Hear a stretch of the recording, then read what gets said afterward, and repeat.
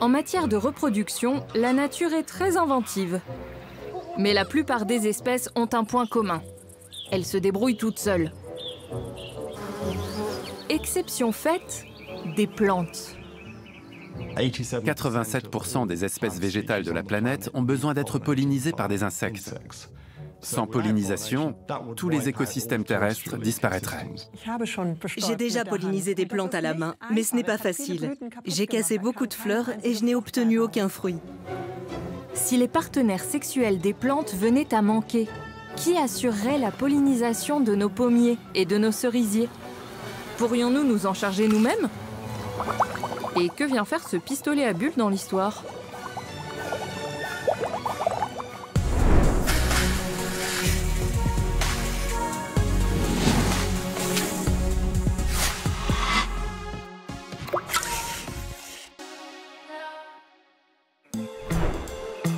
Le pacte d'amour entre les plantes et leurs pollinisateurs a été scellé il y a plusieurs millions d'années.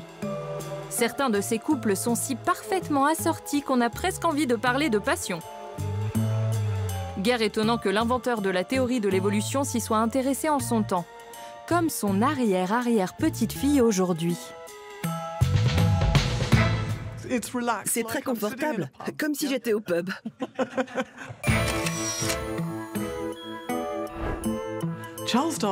Un jour, Charles Darwin a reçu un cadeau plutôt inhabituel, une étoile de Madagascar.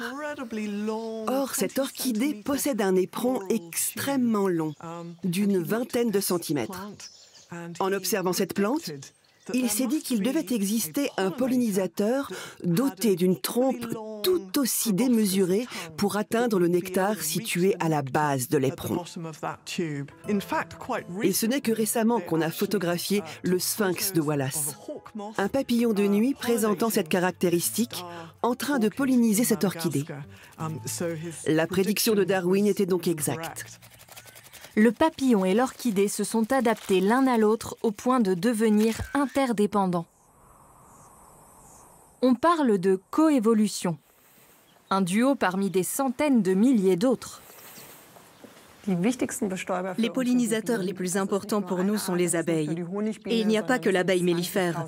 On compte 20 000 espèces différentes, sans compter celles encore non répertoriées.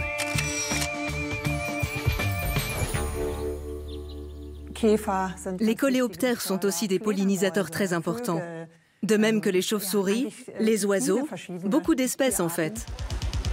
Et nos supermarchés regorgent du résultat de leur travail, à savoir les fruits et les légumes.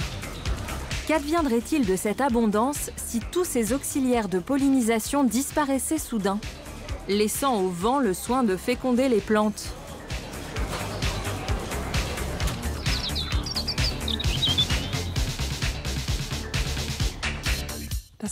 Ces amandes proviennent d'un verger qui accueille de nombreux pollinisateurs de toutes sortes. Le rendement est très bon. Si tous les pollinisateurs disparaissaient, regardons quel serait le résultat. Le rendement baisserait de 95%. Il ne nous resterait plus qu'une poignée d'amandes. Sans insectes, les étals de fruits et légumes des supermarchés seraient quasiment vides. On n'aurait pas autant de tomates, de myrtilles, de fraises, de framboises ou de courges. Les 3/4 des plantes cultivées dans le monde ont besoin d'être pollinisées par des insectes pour fournir une bonne récolte. Prenons les pommes. En 2022, on en a récolté environ 480 milliards dans le monde. Comme elles sont vendues, on peut dire que les pollinisateurs rendent un service économique, dont la valeur est estimée au niveau mondial à 500 milliards d'euros par an. Inlassablement, ces nuées de précieux auxiliaires viennent en aide aux plantes, qui font face à un vrai problème de fond. Les plantes ne peuvent pas se déplacer, elles sont clouées au sol. Il est donc difficile pour elles d'échanger leurs cellules sexuelles, les gamètes, avec leurs congénères. Si du point de vue de l'Homo sapiens, la vie d'une plante semble peu pratique, celle des pollinisateurs est tout simplement inimaginable. Non seulement ils fécondent les ovules d'autres espèces, mais en plus, ils ont développé au cours de l'évolution des organes dévolus à cette tâche. Voyons ce qui se passe quand un pollinisateur arrive. Regardez, en voilà un. Je suis une abeille. Et ça, c'est une fleur. J'ai très faim. Et cette fleur contient du nectar. Je vais donc introduire ma longue trompe dans son tube floral pour le boire. À ce moment-là, le pollen est expulsé des anthères et atterrit sur la poitrine de l'abeille. Comme je me suis approché des étamines, je me retrouve avec du pollen collé sur le visage. Le pollen, c'est la semence mâle de la fleur. Et il doit maintenant aller sur un stigmate qui compose l'organe reproducteur femelle. Mais il faut que ce soit celui d'une fleur de la même espèce. L'abeille s'envole, trouve une autre fleur et en la butinant, elle y dépose le pollen. En buvant le nectar de cette autre fleur, je fais tomber du pollen sur le stigmate. Le grain de pollen émet alors un tube pollinique qui conduit les gamètes mâles jusqu'à l'ovule, ce qui permet la fécondation. L'ovule fécondé va se transformer en graine, puis en fruit, par exemple une délicieuse pomme. Cela fait plus de 200 millions d'années que les pollinisateurs et les plantes se sont dit oui. Autant dire que c'est un mariage qui roule. Mais depuis quelques décennies, des nuages viennent assombrir cette union. Le pacte d'amour est menacé. Et cela se manifeste entre autres à un endroit insolite.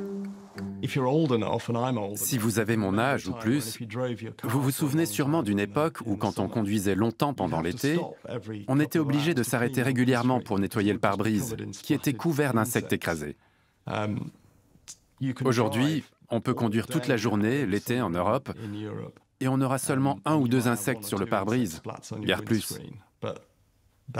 On assiste donc à un déclin spectaculaire de la biodiversité. Mais tout ce que la plupart des gens remarquent, assez tristement, c'est qu'il n'y a plus d'insectes écrasés sur leurs véhicules. Ce déclin est non seulement visible sur les pare-brises, il est également mesurable. Depuis les années 1980, l'étude de Krefeld recense les insectes volants présents dans 63 réserves naturelles d'Allemagne. L'étude est toujours en cours. Les chercheurs ont constaté que la biomasse quotidienne, c'est-à-dire le poids total des insectes volants capturés chaque jour, avait chuté de 76% en 27 ans, entre 1989 et 2016. D'après cette étude réalisée dans des réserves réparties sur une vaste zone, les 3/4 des insectes volants semblent donc avoir disparu. Si ce chiffre est représentatif de l'ensemble de l'Europe occidentale, c'est terrifiant. On peut parler d'apocalypse.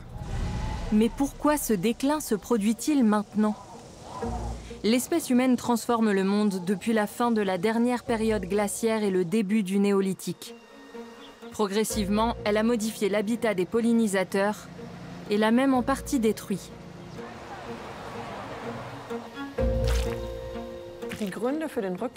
La raison du déclin des pollinisateurs sauvages réside avant tout dans la raréfaction des ressources disponibles là où ils sont. S'ils ne trouvent plus ni nectar ni pollen et qu'ils ne disposent plus de sites de reproduction, ils s'éteignent.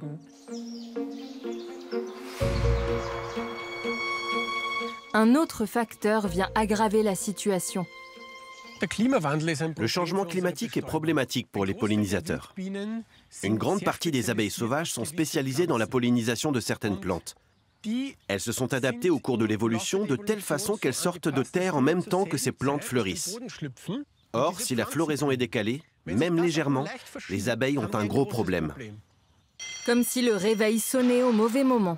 Mais supposons que nous réussissions à infléchir le réchauffement climatique. Peut-on encore sauver les pollinisateurs ? Tant que les abeilles disposent de fleurs à butiner, d'un site de reproduction, et qu'on ne les empoisonne pas avec des pesticides, elles prospèrent. Elles n'en demandent pas plus. C'est donc plutôt triste qu'elles soient en déclin. Cela montre à quel point nous avons rendu le monde difficile pour elles. L'agriculture moderne et son recours massif aux pesticides depuis plusieurs décennies contribuent grandement à ces difficultés. Les pesticides ne tuent pas seulement les ravageurs et les parasites, ils tuent absolument tout. C'est ça le problème. Aujourd'hui, les résidus de pesticides sont partout. Guère étonnant étant donné le nombre de substances utilisées. Pour la production de pommes, on utilise jusqu'à 50 pesticides différents. Les effets des pesticides sur les abeilles varient en fonction du produit utilisé. Certains bloquent la transmission nerveuse et les empêchent par conséquent de retrouver leur ruche. D'autres activent les protéines de signalisation et affaiblissent leur système immunitaire. D'autres encore ont pour effet de coller les ailes des abeilles qui ne peuvent plus voler. Sans compter que ces résidus se retrouvent également dans le miel.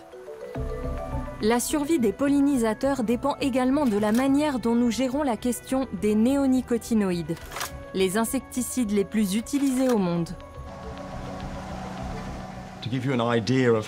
Pour vous donner une idée de leur toxicité, une cuillère à café de néonicotinoïdes, soit 5 grammes, suffirait pour administrer une dose létale à 1,25 milliard d'abeilles. On épand des centaines de tonnes de ces produits chimiques dans la nature et on se demande ensuite pourquoi nos abeilles disparaissent. Ces produits sont efficaces pour tuer les indésirables, mais les dommages collatéraux sont énormes. L'Union européenne interdit l'usage en plein champ des 3 néonicotinoïdes les plus fréquents. Mais d'autres continuent à être utilisés. Si les pollinisateurs disparaissent, ne devrions-nous pas réfléchir à une alternative? On peut toujours trouver une solution, non?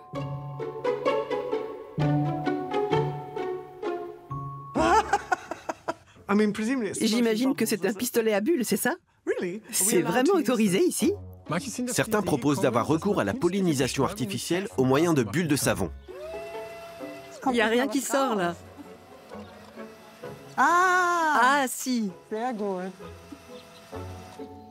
Et donc, en éclatant, elle libère du pollen. Au Japon, des chercheurs expérimentent les bulles de savon en remplacement des abeilles. Ils aspergent les vergers de bulles savonneuses contenant du pollen en espérant qu'elles se posent sur les fleurs et les pollinisent. La pollinisation artificielle est déjà utilisée pour 20 types de cultures dans le monde, généralement par manque de pollinisateurs. On peut citer la pollinisation des poires et des pommes en Chine. On a aussi l'exemple du maracuja, le fruit de la passion, qui est pollinisé à la main, tout comme la vanille. Quand les insectes pollinisateurs font défaut, la pollinisation manuelle est la seule alternative possible. En Europe, environ 150 espèces cultivées et près de 80% des plantes sauvages dépendent de la pollinisation par les insectes. Autant dire qu'une pollinisation manuelle représenterait un travail considérable. Prenez les bourdons par exemple. Un seul d'entre eux visite jusqu'à 1000 fleurs par jour. Ce staccanoviste qui abat 18 heures de labeur quotidien dispose par ailleurs de facultés que nous n'avons pas, nous, humains. J'ai passé 5 ans à étudier les bourdons. Il s'avère que lorsqu'ils s'approchent d'une fleur, ils sortent leurs petites antennes et la reniflent. Et s'ils sentent l'odeur d'un autre bourdon qui s'est récemment posé sur la fleur, ils savent que celle-ci est vide, parce que leur prédécesseur aura emporté le pollen et le nectar.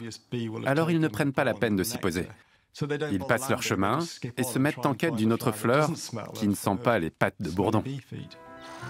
De leur côté, les plantes envoient des signaux à leurs pollinisateurs auxquels les humains sont aussi sensibles. Les couleurs. Lorsqu'un insecte arrive quelque part et sent une fleur, il se dirige vers elle et la couleur joue à ce moment-là un rôle important, car elle lui facilite le travail de localisation.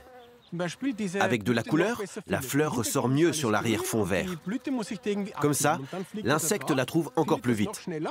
Certaines fleurs possèdent aussi un guide nectarifère, qui guide le pollinisateur vers l'endroit où il doit introduire sa trompe pour accéder au nectar. Mais le pollinisateur n'a pas toutes les cartes en main. La pollinisation est aussi une affaire de timing. Certaines fleurs ont des horaires d'ouverture. Elles ne s'ouvrent ou ne diffusent leur parfum qu'à la nuit tombée, ce qui fait qu'elles attirent un type de pollinisateur en particulier, des papillons de nuit ou des chauves-souris. Et au lever du jour, elles se referment. Bien sûr, Rien n'empêche le pollinisateur de garder le pollen pour lui. Certains pollinisateurs mangent le pollen. Ils le ramènent dans leur colonie pour le donner à leur couvain. Mais ils ne le consomment jamais en totalité. Il leur en reste toujours quelques grains sur leur poitrine. La plante est donc gagnante, malgré les pertes. Comme aux échecs en somme. Des petits sacrifices qui permettent la victoire finale. Mais si ce modèle a été couronné de succès pendant longtemps, la question se pose tout de même. Pourquoi compliquer la reproduction en se plaçant dans une telle dépendance? Comment en est-on arrivé à ce pacte d'amour entre les plantes et les animaux?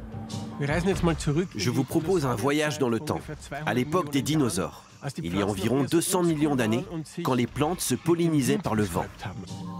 La pollinisation par le vent avait l'avantage de permettre au pollen de se disperser sur des surfaces assez importantes.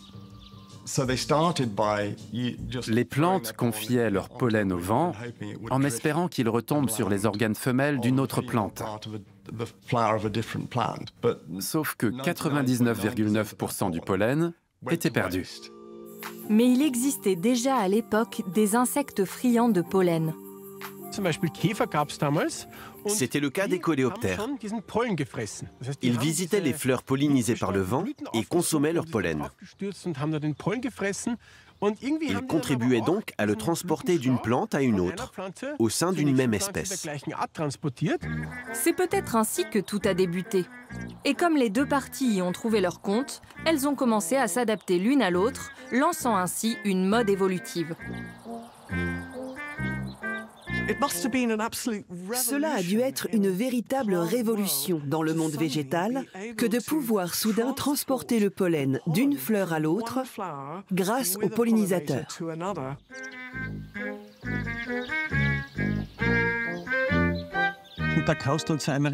Ça a été le point de départ de mécanismes de coévolution, avec le développement de groupes d'insectes spécialisés dans les fleurs. C'est à ce moment-là que sont apparues les abeilles, qui se sont dotées de nombreux poils pour transporter et récolter le pollen, ainsi que de pièces buccales spécialisées. De leur côté, les plantes ont déployé toutes sortes de moyens extraordinaires pour attirer les pollinisateurs. Certaines, par exemple, émettent une odeur de chair en décomposition, afin d'appâter les mouches qui apprécient ces effluves. D'autres, au contraire, sentent incroyablement bon, notamment la nuit, pour attirer les papillons nocturnes et les chauves-souris. D'autres encore arborent des fleurs rouges vifs, qui séduisent les oiseaux pollinisateurs comme les colibris. Même si certains pollinisateurs ont le don de nous agacer, pas de fourmis, pas de mouches, pas de moustiques, pas de chocolat. Revenons à Charles Darwin, à l'orchidée et aux papillons de nuit à la très longue trompe. Tant que les deux partenaires peuvent compter l'un sur l'autre, tout va pour le mieux. Mais que se passerait-il si l'un des deux venait à manquer ?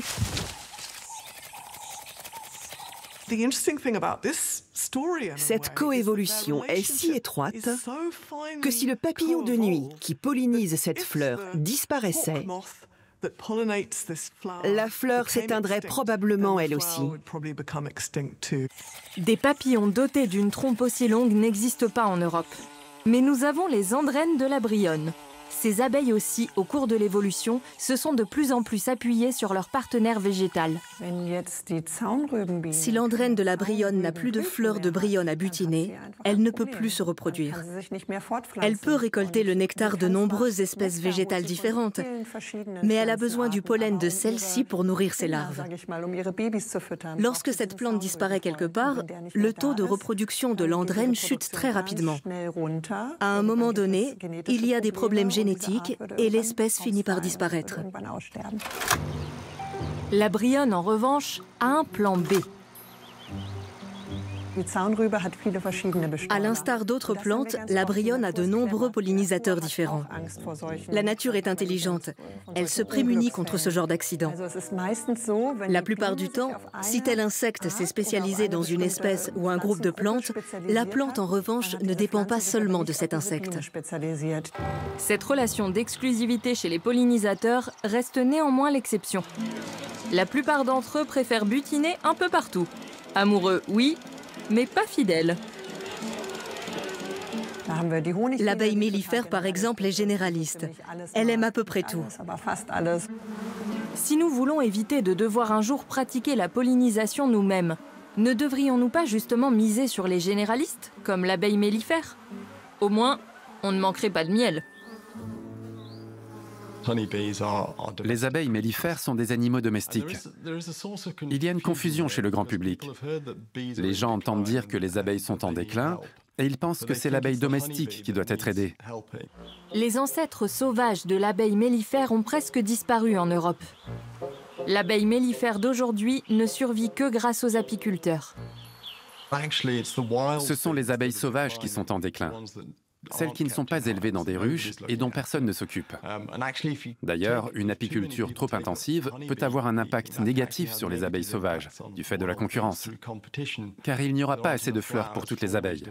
Plus d'abeilles domestiques, c'est moins de nourriture pour les autres pollinisateurs.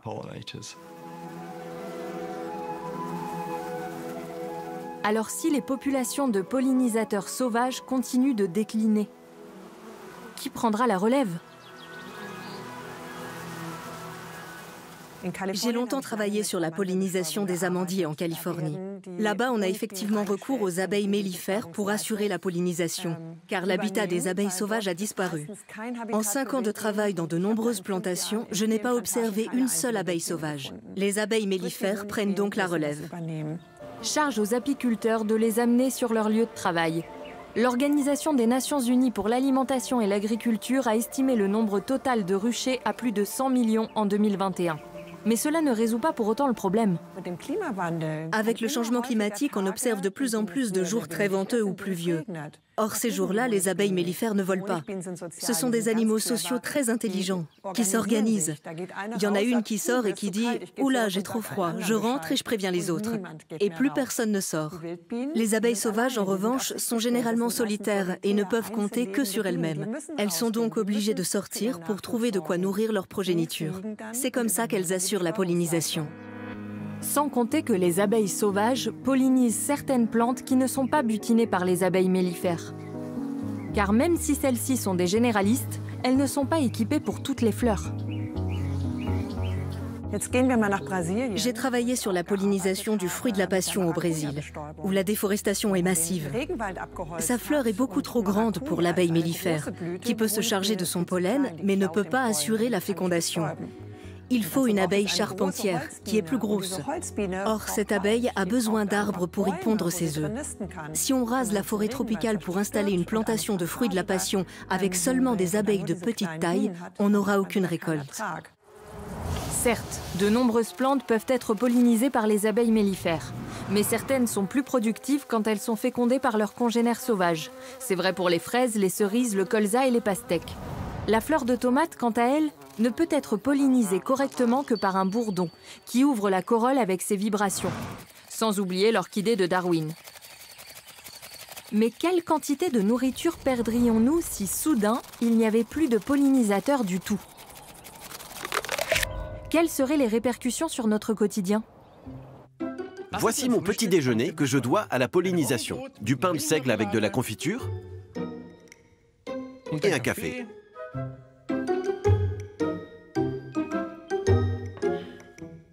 Sans pollinisateur, ce serait différent. Du pain de seigle, mais seulement du beurre. On a encore du seigle pollinisé par le vent. Et pas de café. Je reprends ma tartine de confiture. D'après le Forum économique mondial, un tiers des cultures dépend entièrement de la pollinisation animale.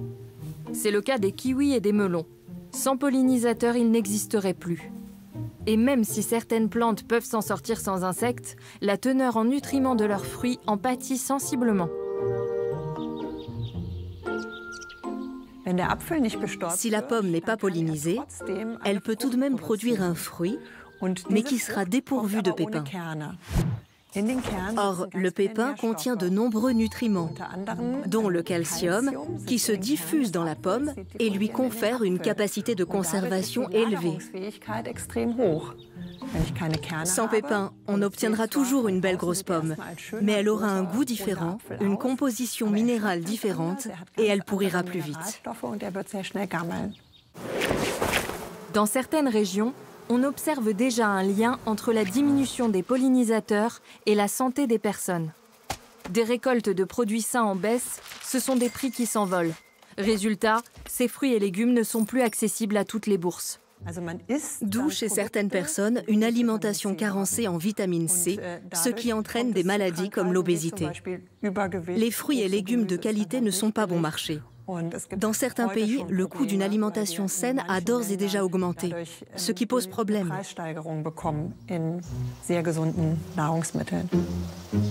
Et si nous misions tout simplement sur l'évolution? Après tout, les plantes trouveront bien une solution, non? L'évolution est un processus permanent. Face à la disparition de leurs pollinisateurs, ces plantes pourraient résister un certain temps, se polliniser elles-mêmes.